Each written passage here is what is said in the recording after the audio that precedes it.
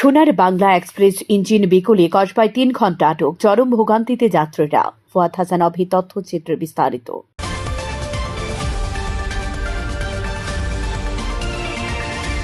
ঢাকা থেকে ছেড়ে আসা চট্টগ্রাম গ্রামে আন্তনগর সোনার বাংলা এক্সপ্রেস ইঞ্জিন বিকলের কারণে ব্রাহ্মণবাড়িয়ার রেলওয়ে স্টেশনে প্রায় ৩ ঘণ্টা আটকে থাকায় যাত্রীদের চরম দুর্ভোগ পোহাতে হয়েছে। মঙ্গলবার সকাল ৯:৪৫ থেকে ট্রেনটি স্টেশনে আটকে থাকায় যাত্রীদের মধ্যে উৎকণ্ঠা ও ক্ষোভ দেখা দেয়। রেলওয়ে সূত্রে জানায়, চলন্ত অবস্থায় ট্রেনটির ইঞ্জিনে যান্ত্রিক ত্রুটি দেখা দিলে সেটি কসবা রেলওয়ে স্টেশনে থেমে যায়। এতে চট্টগ্রাম গ্রামে শতাধিক যাত্রী দীর্ঘ সময় অপেক্ষা করতে বাধ্য হন।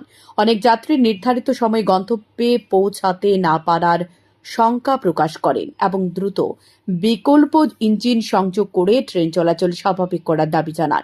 পরে আখাউড়া রেলওয়ে জংশন থেকে একটি বিকল্প ইঞ্জিন এনে ট্রেনটির সঙ্গে সংযুক্ত করা হয়। এরপর প্রায় ৩ ঘণ্টা বিলম্বে বেলা ১১:৪৫ দিকে সোনার বাংলা এক্সপ্রেস চট্টগ্রামের উদ্দেশ্যে যাত্রা পুনরায় শুরু হয়। কসবা রেলওয়ে স্টেশনের স্টেশন মাস্টার মোহাম্মদ বিলাল হোসেন বলেন, ইঞ্জিন বিকল হয়ে যাওয়ায় সোনার বাংলা এক্সপ্রেস কসবা স্টেশনে আটকে পড়ে।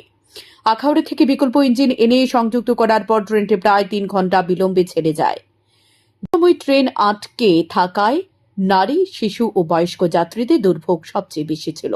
যাত্রীরা ভবিষ্যতে এই ধরনের অনাকাঙ্ক্ষিত পরিস্থিতি এড়াতে রেলওয়ের নিয়মিত ইঞ্জিন রক্ষণাবেক্ষণ ও জরুরি বিকল্প ব্যবস্থা নিশ্চিত করার দাবি জানিয়েছেন।